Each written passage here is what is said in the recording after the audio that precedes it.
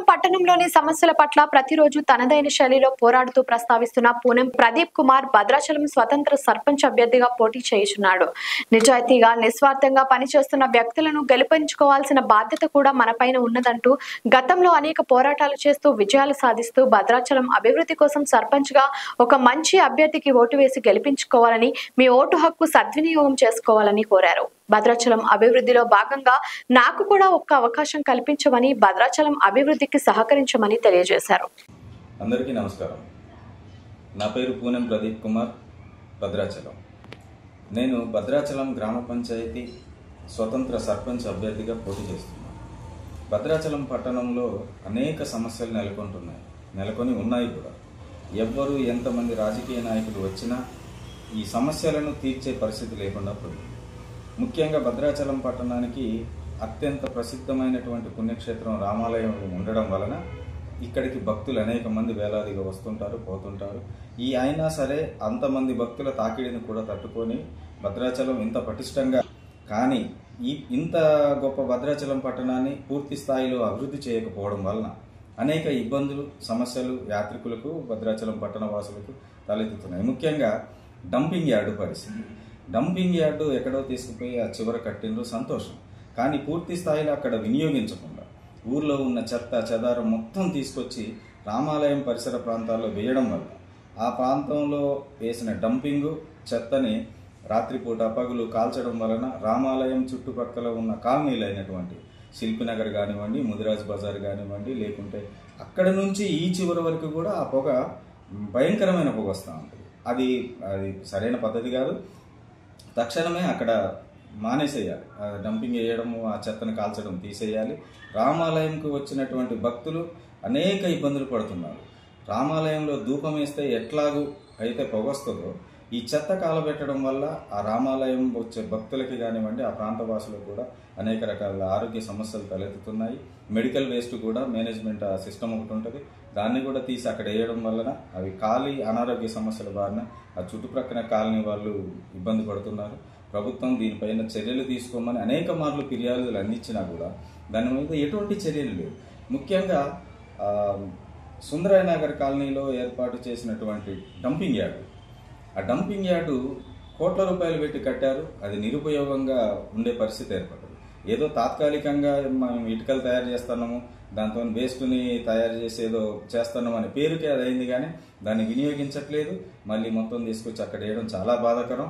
ఇటువంటి పరిస్థితులను మార్చేందుకు నా వంతుగా నేను 100% ప్రయత్నిస్తానని మీ అందరికీ మాటిస్తున్నాను.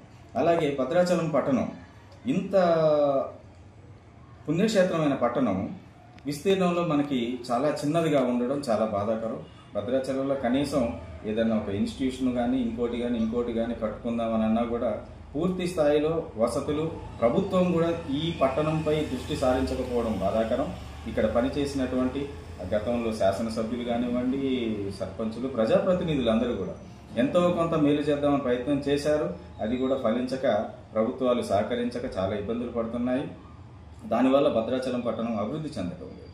ఇక్కడ నుంచి బ్రిడ్జి సెంటర్ నుంచి 2 కిలోమీటర్ల దూరంలో ఉన్న ఆంధ్ర బోర్డర్కి ఎటు చూసినా రాత్రిపూట అయితే చిమ్మ చీకటి నెలకొంటుంది. ఇవన్నిటిని పరిగణలోకి తీసుకోవాలి. అలా జరగకపోవడం చాలా బాధాకరం. ఎటువంటి అభివృద్ధి జరగడం లేదు. ఒకవేళ భద్రాచలం పట్టణ ప్రజలందరూ నాకు ఓటు వేసి గెలిపించినట్లయితే, నాకు ఓటు వేసినా వేయకపోయినా తోడుగా ఉంటే తప్పకుండా వాటన్నింటినీ పరిష్కరించే విధంగా నేను ప్రయత్నం చేస్తాను. అలాగే భద్రాచలం పట్టణంలోని గతంలో ఎప్పుడో రోడ్లు, సీసీ రోడ్లు, డ్రైనేజీలు నిర్మించారు అక్కడక్కడ. ఆ తరువాత గత బీఆర్ఎస్ ప్రభుత్వంలో కానివ్వండి, ఇప్పుడున్న కాంగ్రెస్ ప్రభుత్వంలో కానివ్వండి, ఏ ఒక్క ఆ శాసనసభ్యులు పట్టించుకోలేదు, ప్రజాప్రతినిధులు పట్టించుకోలేదు, గ్రామ పంచాయతీ అసలే పట్టించుకున్న పాపన లేదు. ఎంతసేపు పైరవేలతోని లేకుంటే వాళ్ళ యొక్క దందాలతోనే సరిపోతుంది తప్పించి అభివృద్ధి అనేది కాలనీలలో ఎక్కడా జరగలేదు. ఉదాహరణకి జగదీష్ కాలనీ ఉంది, అశోక్ నగర్ కాలనీ ఉంది, కొత్త కాలనీ ఉంది. ఎక్కడ మురికి వాడలు ఎట్లుంటాయో ఆ ఏరియాలు కూడా అంతే దారుణంగా ఉన్నాయి. ఇటువంటి కాలనీలు తప్పనిసరిగా ప్రతి కాలనీలో సీసీ రోడ్డు నిర్మించాలి, డ్రైనేజీలు నిర్మించాలి. అలాగే వీధి లైట్ల సమస్య చాలా ఇబ్బందికరంగా ఉంది. అనేక కాలనీల్లో ఆ వీధి లైట్లు, కాలం చెల్లిన ట్యూబ్ లైట్లు చిన్న చిన్న బల్బులు వేయడం వల్ల అసలు కొన్ని ప్రాంతాల్లో అసలు ఆ లైటింగ్ కూడా లేకపోవడం చాలా దురదృష్టకరం. ఆ ప్రాంత వాసులు అనేక విధాలుగా ఇబ్బందులు పడుతున్నారు, అనేక ఫిర్యాదులు చేశారు, అయినా పట్టించుకునే వాళ్ళు లేరు. దయచేసి ఇప్పటికైనా అధికారులు, ప్రభుత్వం కళ్ళు తెరిచి ప్రతి రోడ్డులో, ప్రతి కాలనీలో ఒక సీసీ రోడ్లు, డ్రైనేజీలు, వీధి లైట్లు ఇవన్నీ నిర్మించాలా, వేయాలా. ప్రజల పురోగతి కోసం మనం పనిచేసి ప్రభుత్వాలు నడిచేది వాళ్ళ అభివృద్ధి కోసమే, మన అభివృద్ధి కోసం కాదు. మన అభివృద్ధి కోసం మనం పనిచేసుకునే వేరే రకాల చాలా వ్యాపారాలు ఉండొచ్చు, కానీ ప్రజా సమస్యలే ధ్యేయంగా, ప్రజా సమస్యల పరిష్కారమే పరమావధిగా పనిచేసే ప్రభుత్వాలు ఇటువంటి నిర్ణయాలు తీసుకోవాలో ఆ విధంగా పనిచేయకపోవడం చాలా బాధాకరం. భద్రాచలం పట్టణంలో మరొక సమస్య ప్రముఖంగా ఉంటుంది. అది తరతరాలుగా వస్తానే ఉంది. తరతరాలుగా అనేక మంది రాజకీయ నాయకులు హామీ ఇస్తూనే ఉన్నారు. ప్రజలుగా ఓట్లు వేస్తూనే ఉన్నాము, మోసపోతూనే ఉన్నాము. సుభాష్ నగర్ కాలనీ, కొత్త కాలనీ, ఇటు రాజుపేట, ఇటు ఇవేవైతే గోదావరి బెల్ట్ ఉన్న ప్రాంతాలు ఉన్నాయో, గోదావరి వరదల సమయంలో ఆ కాలనీలన్నీ ముంపుకు గురవుతున్నాయి. స్లూయిజులు లీకులు అవ్వడం, ఆ కరకట్ట పటిష్టమైనటువంటి చర్యలు తీసుకోకపోవడం వల్ల ఆ కాలనీ వాసులందరూ అనేక ఇబ్బందులు పడుతున్నారు. వరదలు వచ్చినప్పుడల్లా ఆ ఫ్లడ్ షెల్టర్లలోకి వెళ్ళడం, మళ్ళీ వాళ్ళ సామాన్లన్నీ తరలించుకోవడం, ఇది ఒక పెద్ద తలనొప్పి. ప్రభుత్వం కరకట్ట పటిష్టమైనటువంటి పునర్నిర్మాణం చేశాము, దానికి డబ్బులు కేటాయించాము అని గత 3-4 సంవత్సరాల నుంచి చెప్తూనే ఉన్నారు. కానీ అటువంటి చర్యలు ఏమి తీసుకోకపోవడం బాధాకరం. సగంలో కరకట్ట పనులు నిలిచిపోయాయి. తక్షణమే అవి ఏవైతే ఉన్నాయో ఆ ముంపు ప్రాంతాలకు సంబంధించి ఆ స్లూయిజులు, ఇసుక బస్తాలు ఏ సంవత్సరంకి ఆ సంవత్సరం నింపుకోకుండా అధికారులు, ప్రజాప్రతినిధులు అందరిని అనట్లేదు, అవినీతికి పాల్పడే కొంతమంది అధికారులు ఉంటారు, కొంతమంది ప్రజాప్రతినిధులు ఉంటారు. వాళ్ళ జోబుల్లోకి ఈ డబ్బులు వెళ్లకుండా, ప్రజల పన్ను ద్వారా ఇచ్చిన డబ్బులు వాళ్ళ జోబుల్లోకి వెళ్లకుండా ప్రతి పైసా గ్రామ పంచాయతీకి వచ్చినవి, లేకుంటే శాసనసభ్యులు ఇంకోటో ప్రభుత్వం ద్వారా వచ్చిన ప్రతి పైసా ప్రజలకి ఖర్చు పెట్టాలి. ముఖ్యంగా భద్రాచలం రామాలయం ముంపుకు గురి కాకుండా, అనేక మంది ఇంతకుముందు హై లెవెల్ కమిటీ కూడా భద్రాచలం రామాలయం ఏదో ఒక రోజు ముంపుకి గురవుతుంది అని వాళ్ళు తేల్చి చెప్పారు. అయినా సరే పటిష్టమైన చర్యలు తీసుకోకపోవడం బాధాకరం. ఈ కాలనీలో ఏ ఒక్క కాలనీ ముంపు గురవకుండా వచ్చే వరదల సమయానికైనా పటిష్టమైన కాలనీలను ఉంచేందుకు ఆ స్లూయిజ్లను పూర్తి స్థాయిలో ఏర్పాటు చేయాలి, ఆ లీకేజీలు మూసేయాలి. మరీ ముఖ్యంగా గత 25 సంవత్సరాల క్రితం భగవంత్ దాస్ కాలనీలో doctor BR Ambedkar community hall and auditorium కోసం కొంత స్థలాన్ని అప్పటి ప్రభుత్వం కేటాయించడం జరిగింది. అప్పటి నుంచి అనేక మంది దళిత సంఘాలు, ప్రజా సంఘాలు, అంబేద్కర్ వాదులు, గిరిజన సంఘాలు చాలామంది కూడా ఆ అంబేద్కర్ భవన్ని కట్టాలి అని అనేక పోరాటాలు చేశారు. సున్నం రాజయ్య గారు శాసనసభ్యులుగా ఉన్న సమయంలో నేను కొంతమంది మిత్రులు కలిసి అంబేద్కర్ సెంటర్లో ధర్నా చేయడం, 3 రోజుల నిరాహార దీక్ష చేయడం వలన సున్నం రాజయ్య గారు అసెంబ్లీలో ప్రస్తావించి సుమారు 40-42 లక్షల రూపాయల నిధులను తీసుకురావడం జరిగింది. ఆ నిధులతో అక్కడ అంబేద్కర్ భవన్కి సంబంధించి కొంత కట్టడం చేశారు.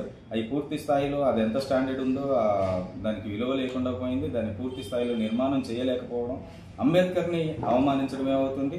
దానికి పూర్తి స్థాయిలో నిధులు ఇవ్వక ప్రభుత్వాలు, అప్పుడున్న శాసనసభ్యులు, ఇప్పుడున్న శాసనసభ్యులు ఎవరూ దాన్ని పట్టించుకోక అంబేద్కర్ భవన్ దాంట్లో కుక్కలు, పందులు పడుకునే పరిస్థితి నెలకొంది. ఎంతో మంది వ్యక్తులు ప్రతిరోజు మొత్తుకుంటూ ఉంటారు, అంబేద్కర్ భవన్ని కాపాడండి, దాన్ని తయారు చేయండి. అనేక మంది పిల్లలకు లైబ్రరీగా, దళిత, గిరిజన, బడుగు బలహీన వర్గాల పిల్లలకు, విద్యార్థులకు లైబ్రరీగా ఉపయోగపడేందుకు కూడా అది ఉపయోగపడుతుంది. వివాహాలు, శుభకార్యాలు చేసుకోవడానికి, అనేక రకాల కార్యక్రమాలకు అటువంటి దాన్ని పట్టించుకోకుండా గతంలో ఉన్నవాళ్ళు, ఇప్పుడు ఉన్నవాళ్ళు మేము చేస్తామని అంటున్నారు, కానీ దానికి నిధులు మంజూరు చేయట్లేదు, దాన్ని బాగు చేయట్లేదు. అంటే ప్రజలు పిచ్చోళ్ళ నాకేం అర్థం కావట్లేదు. ఒక హామీ ఇచ్చిన తర్వాత కనీసం దాని గురించి ప్రయత్నం చేయక నువ్వు ఊరుకుండా ఉంటే నీ అంత మూర్ఖుడు ఇంకోడు ఉండడని నా అభిప్రాయం. తక్షణమే అంబేద్కర్ భవన్కి సంబంధించి అది పూర్తి స్థాయిలో ఏర్పాటు చేయాలి. అద్భుతమైన అంబేద్కర్ భవన్ నుంచి ప్రజలకు అందుబాటులో ఉంచాలని నేను డిమాండ్ చేస్తున్నాను. అలాగే మరో ముఖ్యమైన విషయం ఏంటంటే భద్రాచలం పట్టణంలో జంగాల కాలనీ అని పాలకేంద్రం దగ్గర ఒక కాలనీ ఒక 25-30 సంవత్సరాల నుంచి చిన్న చిన్న గుడిసెలు వేసుకొని జంగం అనే కమ్యూనిటీకి సంబంధించిన వాళ్ళు అక్కడ ఏర్పాటు చేసుకొని ఉంటున్నారు. వాళ్ళకి సంబంధించి ఎటువంటి ఇప్పుడు ప్రతి ఎలక్షన్లో వచ్చినప్పుడల్లా వాళ్ళ దగ్గరకు వస్తున్నారు రాజకీయ నాయకులు, ప్రజాప్రతినిధులు అందరూ వచ్చేసి మీకు అభివృద్ధి చేస్తాము, మీకు ఇండ్లు ఇస్తాము, మీకు డ్రైనేజీలు ఇస్తాము, మీకు రోడ్లు పోస్తాము, అనేక హామీలు ఇస్తారు. ఒక్క హామీని కూడా ఈ రోజు వరకు నెరవేర్చలేదు. అక్కడ ఉన్నటువంటి కొంతమంది మహిళలు వాళ్ళ ఉద్యమం వల్ల కొంత కరెంటు మీటర్లు రావడం, పైప్ లైన్లు వేయడం ఇటువంటివి జరిగింది. చాలా సంతోషం. కానీ ఆ కాలనీని మాత్రం పట్టించుకున్న వాడే లేదు. మెయిన్ రోడ్డు మీద ఉన్నది. ఏదన్నంటే ఆ కాలనీ ఇష్యూలో ఉంది. ఇష్యూలో ఏముంది? భద్రాచలం పట్టణం మొత్తం ఇష్యూలోనే ఉంది. అయినా అభివృద్ధి జరగడం లేదా? అందరు ఇల్లు కట్టుకోవడం లేదా? డబ్బులున్న వాళ్ళందరూ ఇల్లు. ప్రభుత్వం పేదోళ్ళకు ఒక ఇల్లు కట్టివ్వడానికి ఏమొచ్చింది? జంగాల కుటుంబాలని తక్షణమే ఆదుకోవాలి. ఆ కాలనీలో పక్కా ఇండ్లు నిర్మించాలని డిమాండ్ చేస్తున్నాం.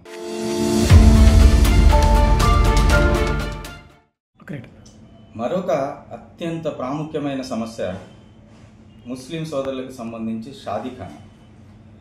ఈ షాదీఖానాను జగదీష్ కాలనీలో సుమారు 30 సంవత్సరాల పైన క్రితము చంద్రబాబు నాయుడు గారు ముఖ్యమంత్రిగా ఉన్న సమయంలో కొంత జాగా కేటాయించి అక్కడ ఒక షాదీఖానాను నిర్మించడం జరిగింది. ఆ రోజు నుంచి కూడా అది అలానే కట్టారు, వదిలిపెట్టారు. ఎటువంటి ఉపయోగంలో లేక కొంతకాలం అటు ఇటు నడిచినా ఆ తర్వాత పూర్తి స్థాయిలో దాన్ని ప్రభుత్వం పట్టించుకోకపోవడం వల్ల గొడ్ల కొట్టంలా మారింది.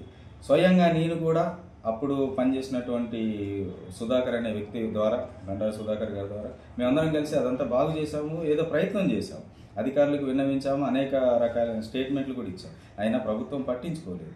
ఆ షాదీఖానా లేకపోవడం వల్ల ముస్లిం సోదరులకి, మైనార్టీ సామాజిక వర్గానికి అనేక ఇబ్బందులు జరుగుతున్నాయి. తక్షణమే ప్రభుత్వం ఆ షాదీఖానాకు పూర్తి స్థాయి మరమ్మతులు చేసి ఆ షాదీఖానాను మళ్ళీ రీమోడల్ చేసి వాళ్ళకి కావాల్సినటువంటి సదుపాయాలన్నీ కల్పించాలని డిమాండ్ చేస్తున్నాం.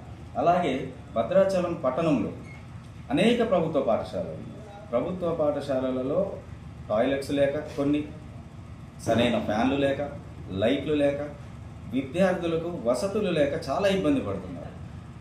ఆ వసతులు లేని కారణంగా పూర్తి స్థాయిలో విద్యార్థులు ప్రభుత్వ పాఠశాలలో చదువుకునేది మా పేద పిల్లలు.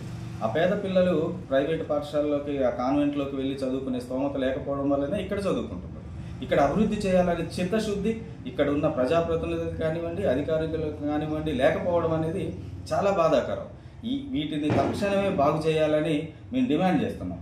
అలాగే గ్రామ పంచాయతీ పరిధిలో ఉన్నటువంటి మహిళలు, వృద్ధులకు నా యొక్క చిన్న విన్నపం, ప్లస్ వాళ్ళకి నేను చేయవలసింది ఏంటంటే తక్షణమే గ్రామ పంచాయతీకి సంబంధించి ఎటువంటి పెన్షన్లు కానివ్వండి, ప్రభుత్వ పథకాలు కానివ్వండి, వృద్ధులకు, మహిళలకు సంబంధించి వాళ్ళకు ఒక ప్రత్యేకమైన సెల్ ఏర్పాటు చేయడం జరుగుతూ ఉంది.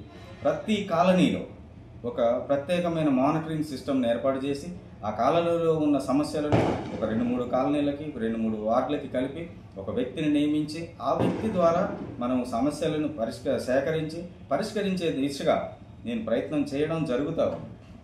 అలాగే ప్రతి కాలనీలో ప్రత్యేక మోడల్ కాలనీలుగా మార్చేందుకు అనేక రకాలుగా కృషి చేస్తాను.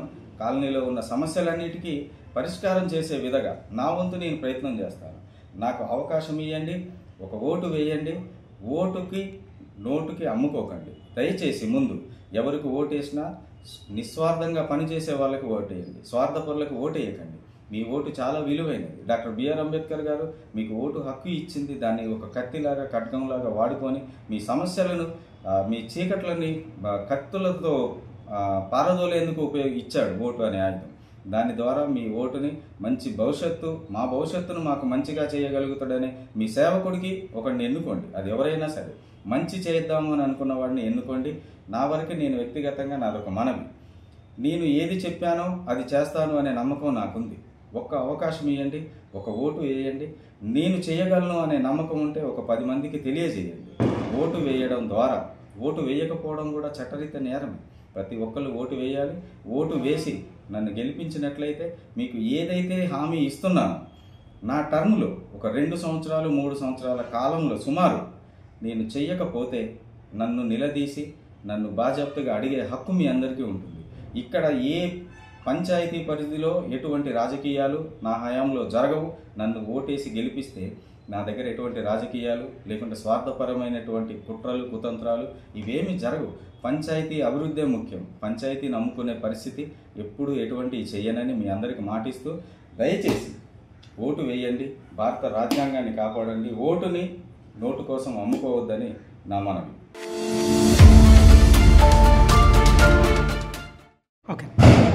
భద్రాచలం పట్టణంలో ఒక సమస్య వెంటాడుతుంది. అది అనేక మంది 30-35 సంవత్సరాల పాటు ప్రభుత్వ ఉద్యోగులుగా ప్రజలకు సర్వీస్ చేసినటువంటి రిటైర్డ్ ఎంప్లాయీస్కి సంబంధించి విషయం. ఈ రిటైర్డ్ ఎంప్లాయీస్ అసోసియేషన్కి సంబంధించి వాళ్ళు చాలా ఇబ్బందులు పడుతున్నారు. వాళ్ళకి ఒక సొంత ఆఫీస్కి సంబంధించి ఒక స్థలం లేకపోవడం చాలా బాధాకరం. అనేక మందికి మొరపెట్టుకున్నారు. ఆ రిటైర్డ్ ఎంప్లాయీస్ అసోసియేషన్ సభ్యులు వాళ్ళు కొంతమంది ప్రతిరోజు అక్కడ గ్యాదర్ అయ్యి ఆ వయసులో మంచి చెడు మాట్లాడుకొని వాళ్ళ భవిష్యత్తు కార్యాచరణ, వాళ్ళకి రేపు ఏం చేసుకుంటే వాళ్ళకి ఇంకో కొంత మేలు జరిగే అవకాశం ఉంటుంది అనేది చర్చించుకొని వాళ్ళు కూడా చాలా సామాజిక స్పృహ ధోరణిలో అనేక రకమైనటువంటి కంట్ల ఆపరేషన్లు, ఇతర మెడికల్ క్యాంపులు నిర్వహించడం చాలా అభినందనీయం. దానికి బంధు వెంకటేశ్వరరావు గారు అధ్యక్షులుగా ఉండి ఇతర పెద్దలందరూ చాలామంది ఉండి దాన్ని ఎంతో విజయవంతంగా ముందుకు తీసుకెళ్తున్నారు. వాళ్ళు అనేక మంది ఆఫీసర్లు కూడా రిప్రజెంట్ చేయడం జరిగింది. అయ్యా మాకు ఇంతంత 3 సెంట్ల స్థలం ఇవ్వండి, మేము ఒక బిల్డింగ్ కట్టుకుంటాము, మేము అద్దెల్లో మేము రిటైర్ ఉద్యోగస్తులము, మా దగ్గరికి వచ్చే పెన్షన్ల నుంచి మేము అద్దెలు కట్టుకొని 1000 రూపాయలు అద్దెలు కట్టుకొని కరెంటు బిల్లులు కట్టుకోవాలని అంటే మాకు ఇబ్బందిగా ఉంది అని వాళ్ళు మొత్తుకున్నా కూడా ఒక్క అధికారి ప్రజాప్రతినిధి పట్టించుకున్న పాపాన పోలేదు. నేను రిటైర్ ఉద్యోగస్తులందరికీ ఒక మనవి చేయదలుచుకున్నాను. మీరు అవకాశం ఇవ్వండి. నేను మీకు నాకున్న పరిధిలో భద్రాచలంలో ఏదో ఒక స్థలంలో సుమారు 3 నుంచి 5 సెంట్ల జాగా మీకు నేను ఇప్పివ్వకపోతే ఒక టర్మ్ ఒక 3 సంవత్సరాల కాల పరిధిలో మీకు ఏదో ఒక రూపంలో నేను ఇప్పియలేకపోతే నేను స్వచ్ఛందంగా కూడా రాజీనామా చేసేందుకు ఇది ఒకటే దాని గురించి కాదు.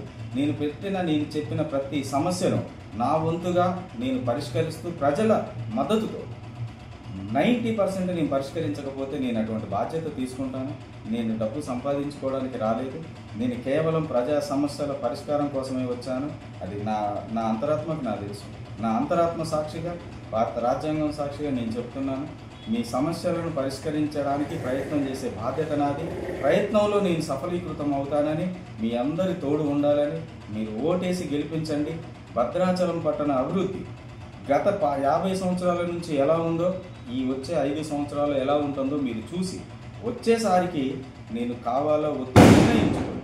ఒక మంచి వ్యక్తికి ఓటేయండి, ఆ వ్యక్తిని గెలిపించుకోండి. అది ఎవరైనా ఆ ఓటు ద్వారా సామాజిక ఆర్థిక అభివృద్ధి చేసుకోండి. నమస్కారం.